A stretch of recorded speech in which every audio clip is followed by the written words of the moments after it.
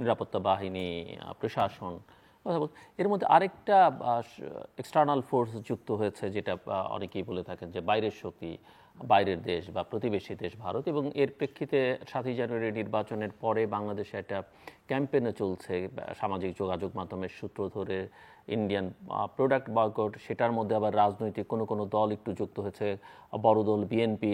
তাদের প্রতিক্রিয়া ঠিক স্পষ্ট নয়, তারা দ্বিধাগ্রস্ত, এক একজন এক একভাবে কথাবার্তা বলছেন।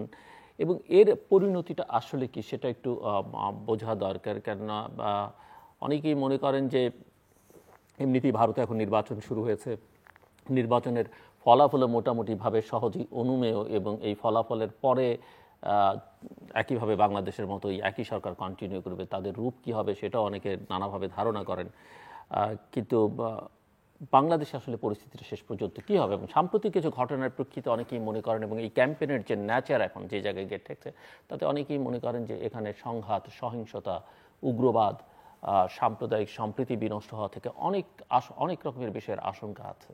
সো আপনি এই জায়গায়। ধন্যবাদ। একটা হচ্ছে যে একটা কমিউনিটি অফ স্টেটস, একটা আমাদের যেমন নিজস্ব রাজনৈতিক ব্যবস্থা যেমন সবগুলো দেশের মধ্যে থাকে, তেমনি আন্তর্জাতিক রাষ্ট্রীয় ব্যবস্থাও তো থাকে।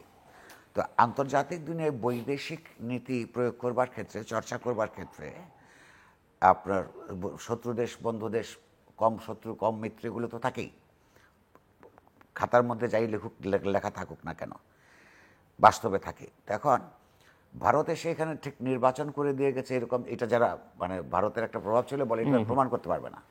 কিন্তু আমরা যেটা লক্ষ্য করি যে যে নির্বাচনটা দেশের মানুষ একটা পূর্ণাঙ্গ পরিপূর্ণ নির্বাচন হিসেবে গ্রহণ করে না, পৃথিবীর বহু দেশ গ্রহণ করে না, সেইটাকে আমরা একটা দ্বিধাহীন সার্টিফিকেট 3টা নির্বাচনের ক্ষেত্রেই আমরা ভারতকে দিতে দেখেছি।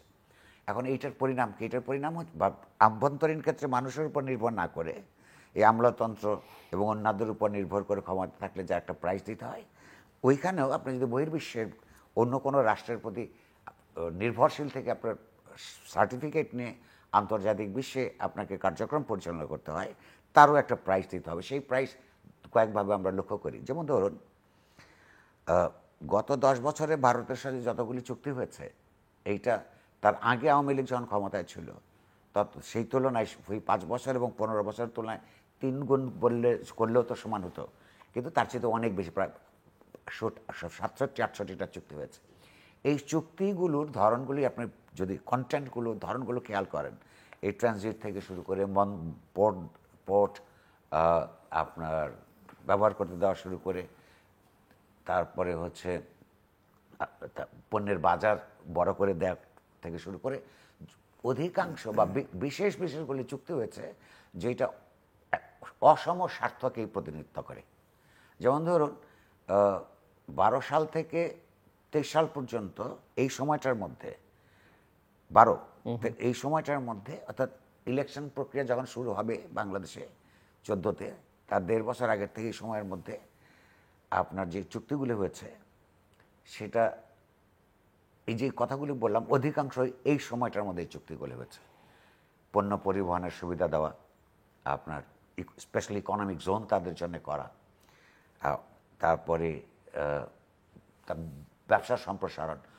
তখনকার ভারতীয় পণ্যর বাজার এটা ছিল আপনার $500 বিলিয়নের মতো, 477 কিংবা 78 মিলিয়ন, সেটা 11 বিলিয়নে পৌঁছেছে গত বছর 23 সালে। এই সময়টার মধ্যে হয়েছে, এই বাজারটা এখানে তৈরি হয়েছে। তার এগুলি হচ্ছে যে বিদেশি রাষ্ট্রের সার্টিফিকেট নিয়ে চলবার আপনার খেসারত। সরকার যদি জনসমর্থন থাকতো, পার্টিসিপেটরি নির্বাচনের মধ্যে হতো, অনেক শক্তিমান থাকে, যে যেমনি দেশে তেমনি বিদেশেও। এটা একটা পণ্য বর্জনের কারণটা আসলে এটা একটা অর্থনৈতিক ব্যাপার। অর্থনীতির চলবার ক্ষেত্রে আপনার তার নিজস্ব কতগুলি নিয়ম আছে, এটা আগেও আমরা একটু আলাপ করেছি। পণ্যের একটা ওই 1848 সালে কার্ল মার্কস বলছিল যে পণ্যের সস্তা দর চীনের প্রাচীর ভেদ করে চীনে ঢুকেছিল। সাধারণত মানুষ অর্থনীতির নিয়মের স্বাভাবিক পরিস্থিতিতে যে পণ্য ভালো এবং যেই পণ্য তুলনামূলকভাবে দাম কম সেটাই কিনবে।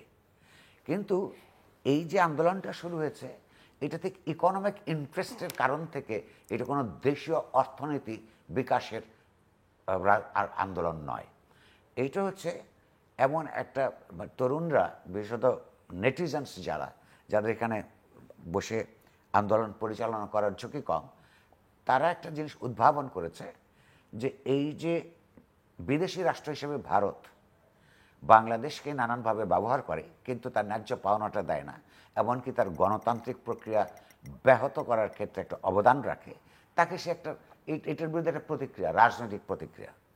এই প্রতিক্রিয়াটা কদ্দূর যাবে নির্ভর করবে এখানকার দেশীয় পণ্য কী পরিমাণ, তার গুণাগুণ কী, বিকল্প পণ্য কত দূর, এবং মানুষ অ্যাজ সাচ রাজনৈতিক সিদ্ধান্ত যদি গ্রহণ করে, যে রাজনৈতিক সিদ্ধান্ত গ্রহণ করার ক্ষেত্রে কিন্তু মানুষ আত্মত্যাগও করতে পারে, সেটা যদি সেই পর্যায়ে যায়, তার 10% ব্যবসাও যদি ভারতের এখানে ক্ষতিগ্রস্ত হয়, এই মেসেজটা যদি দেয় আসলে এই আন্দোলনের লক্ষ্য, তাতেও কিন্তু সে অর্থনৈতিকভাবে ক্ষতিগ্রস্ত হবে।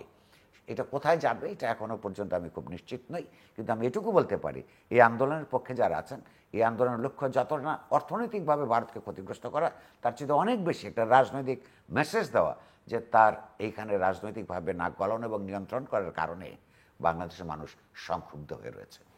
Professor doctor Syed Anwar Hossain. ধন্যবাদ।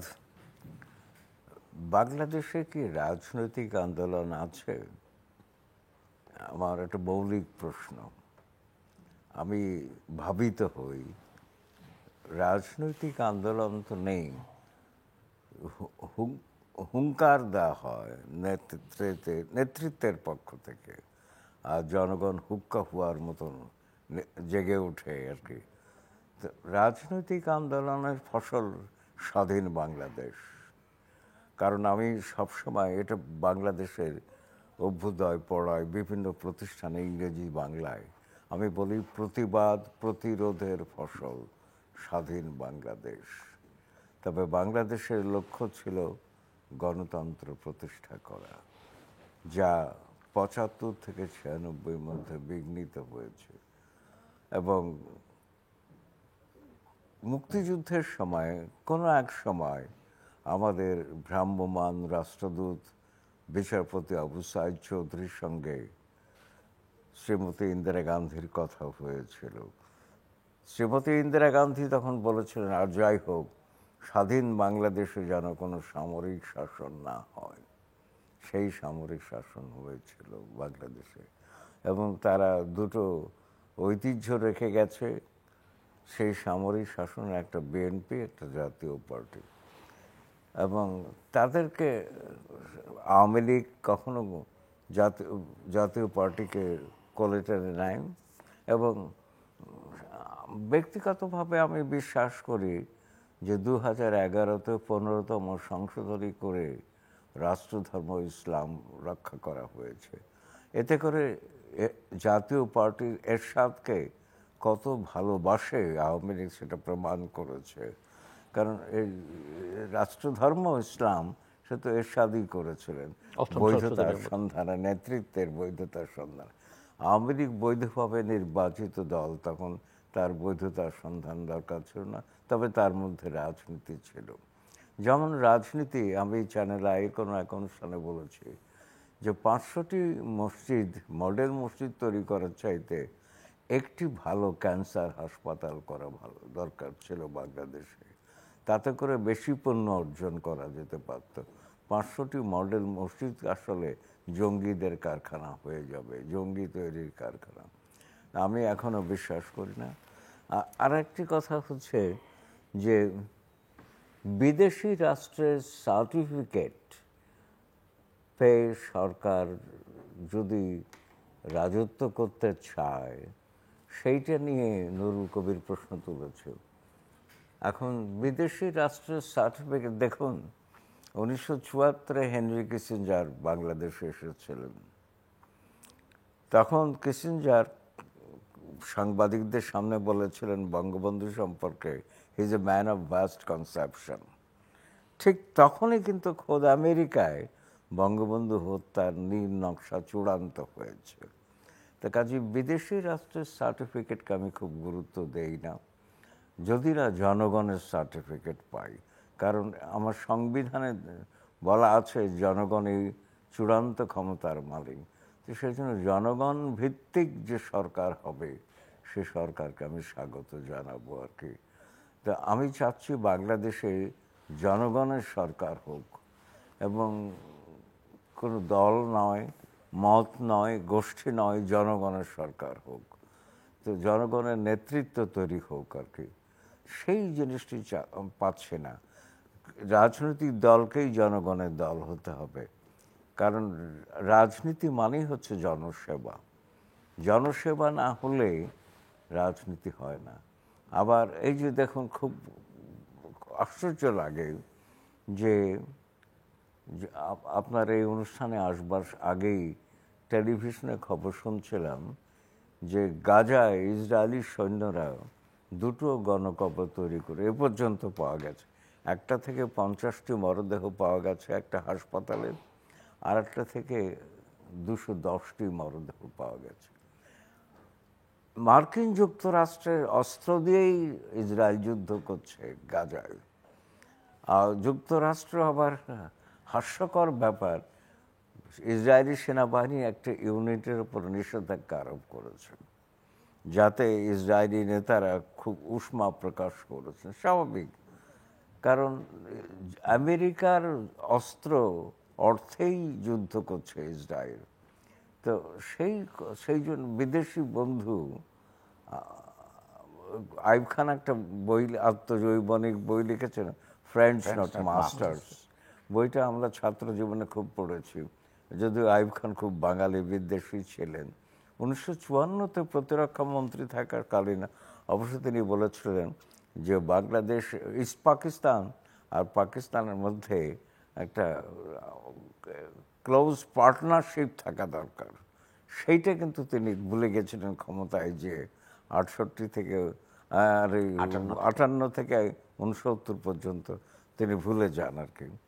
তো সেই জন্য যাকে অনেক কথা এসে যায়, বিদেশি বন্ধুদের কথা চাইতে দেশি মানুষের, ওই যে বিদেশের কুকুর ধরি দেশে ঠাকুর ফেলে আর কি। তো সেই জন্য আমি মনে করি এটা গুরুত্বপূর্ণ নয় আর কি। নুরুল কবির আর কিছু যোগ করবেন? আমাদের তো অত্যন্ত, আমি আগেও বলেছি, খুবই শ্রদ্ধাভাজন শিক্ষক ইতিহাসে। আমার 2টো প্রশ্ন আকারে রেসপন্স একটা স্যারের আছে। যেমন ধরুন, এটা কিন্তু একটা বাংলাদেশের ইতিহাসে একটা পাজলের মতো, এটার কারণ খুব বেশি এখানে খুব বিশ্লেষণ হয় নাই। এ কথা তো সত্য যে আওয়ামী লীগ জনগণের মধ্য থেকে তৈরি হয়েছে, আর বিএনপি ক্যান্টনমেন্টের ভেতর থেকে ক্ষমতায় থাকা অবস্থায় সেনাবাহিনীতে। এটা ঐতিহাসিক সত্য। কিন্তু যেটা পাজল সেটা হচ্ছে যে এই 2টা রাজনৈতিক দল বিভিন্ন সময়ে সামরিক শাসকদের সময়ে, যেমন জেনারেল এরশাদের সঙ্গে আপোষ করার ইতিহাস আওয়ামী লীগের, জেনারেল নাসিমের অভ্যুত্থানের সময় আপোষ করার ইতিহাস আওয়ামী লীগের, এই মইনু আহমেদের সময় তাদের সঙ্গে উষ্ণতার সম্পর্কের ইতিহাস আওয়ামী লীগের, যেই দলটা সামরিক ছাউনিতে তৈরি হয় নাই। এগুলি সত্য ঘটনা। আর ওই দিক থেকে সামরিক বাহিনীর ভেতরে তৈরি হয়ে এই 3টা জায়গায় তাদের নানান কারণে তাদের কনফ্লিক্ট হয়েছে। কেন, এইটা একটা জিনিস বোধহয় ভালো করে আমাদের সমাজের ব্যাখ্যা করার দরকার আছে। নিশ্চয়ই কোনো কারণ আছে। দ্বিতীয় আরেকটা হচ্ছে যে কথা সত্য, এটাও ঐতিহাসিক সত্য, বাংলাদেশের প্রতিষ্ঠাতা রাষ্ট্রপতি শেখ মুজিবুর রহমান আপনার সবুর খান, শাহ আজিজদেরকে ক্ষমা করেছেন, জেল থেকে বের করেছেন, এবং যে তাদের অপরাধ থাকলে, বা আমরা জানি অপরাধ আছে, বিচারের প্রক্রিয়ার মধ্য দিয়ে সেটা নিষ্পত্তি করার কথা বলেছেন। এবং তার যে একটা উদার হৃদয়ের কথা বঙ্গবন্ধুর, এইটা কিন্তু নানানভাবে নানান সময় উচ্চারিত হয়। কিন্তু আমরা যদি আরেকটু ক্রিটিক্যালি দেখি, তার এই উদার হৃদয় কি শ্রেণী স্বার্থ নিরপেক্ষ ছিল কিনা, সেটা হচ্ছে যে তৎকালীন বামপন্থীরা কিন্তু অনেক বিচার বহির্ভূত হত্যাকাণ্ডের শিকার হয়েছেন, রক্ষী বাহিনীর অত্যাচারের শিকার হয়েছেন। ঠিক সেই সব ক্ষেত্রগুলিতে কিন্তু ওনার ঔদার্য একই মাত্রায় ছিল না। এগুলিও কেন হয়, বা ইতিহাসে এটা অপরিহার্য কিনা, বা এটা এড়ানো যেত কিনা, সেগুলো বোধহয় আমাদের আরও ভালো করে বিশ্লেষণ করবার অবকাশ আছে। আজকে আমার এই বিশ্লেষণের সময় নেই, বাট প্রফেসর আনোয়ার হোসেন, আপনি 30 সেকেন্ডসে যদি আমি তো আগেই বলেছি যে বঙ্গবন্ধু ত্রুটিহীন ছিলেন না, আর সেই সময় অনেক ঘটনা ঘটেছে যার সন্তোষজনক ব্যাখ্যা আমি পাবো না। আমি চাচ্ছিলাম বাংলাদেশ মুক্তিযুদ্ধের মধ্য দিয়ে তৈরি হয়েছে, সেই বাংলাদেশ আমি চাই, আর কিছুই না। আমি সব আমলের কথাই বলছি, সব আমলের ত্রুটি বিচ্ছুতির কথাই স্বীকার করব। ইতিহাস নগ্ন সত্যের কথা বলে আমার, আমি তো ইতিহাসের মানুষ। উইলিয়াম ফন র্যাঙ্কে বলেছেন নেকেড ট্রুথ, নেকেড ট্রুথ কাউকে ছাড়ে না আর কি। সেই দর্শক, অনুষ্ঠানের শেষ প্রান্তে আমরা সামাজিক যোগাযোগ মাধ্যম ফেসবুক এবং টুইটারে তৃতীয় মাত্রা লাইভ স্ট্রিমিং হচ্ছে, আপনারা দেখতে পারেন। টেলিভিশনের পর্দায় দেখতে না পারলে যে কোনো সময় যে কোনো স্থান থেকে ইউটিউবে তৃতীয় মাত্রা চ্যানেলটি সাবস্ক্রাইব করে পর্ব বা পুরোনো পর্বগুলো আপনারা দেখতে পারেন। দেশের নুরুল কবির এবং প্রফেসর ডক্টর সৈয়দ আনোয়ার হোসেন, অসংখ্য ধন্যবাদ এই আলোচনা অংশ নেওয়ার জন্য। শেষ কথা একজন উচ্চারণ করেছেন, একজন সমর্থন করেছেন যে নেকেড ট্রুথ কাউকে ছাড়ে না। আর সময়ের হেরফের হয়, কিন্তু ওই সত্যটা আসলে একসময় না একসময় প্রকাশিত হয় এবং তার জন্য প্রায়শ্চিত্ত করতে হয়। বাংলাদেশের জাতীয় সংসদ নির্বাচন, গণতন্ত্র, এগুলো নিয়ে অনেক আলোচনা হয়েছে, আমার দুই অতিথিই করেছেন। আর সংসদটা কোটিপতিদের ক্লাবে পরিণত হয়েছে সে কথা বলছিলেন, এবং এই সিদ্ধান্ত গ্রহণ প্রক্রিয়ার সঙ্গে যারা যুক্ত তাদের সঙ্গে যে জনগণের একটা দূরত্ব তৈরি হয়েছে, কারণ তারা আসলে ওই শ্রেণী স্বার্থ সংরক্ষণ করেন শুধুমাত্র তাদের নিজেদের, যারা সংসদে আছেন তাদেরটাই। এর বাইরে যে কোটি কোটি জনগণ আছেন তাদের স্বার্থ যেহেতু তারা সংরক্ষণ করেন না, বুঝতেও পারেন না হয়তো, যে কারণে তাদের নীতিগুলো আসলে জনগণের পক্ষে আর যায় না। এবং দুজনেই বলেছেন যে মুক্তিযুদ্ধের অঙ্গীকার থেকে 53 বছরে বাংলাদেশ অনেকখানি দূরে সরে গেছে এবং সেই জায়গায় তারা ফেরত যেতে চান। কীভাবে যাওয়া যাবে সেটা নিয়ে তাদের মধ্যে প্রশ্ন আছে।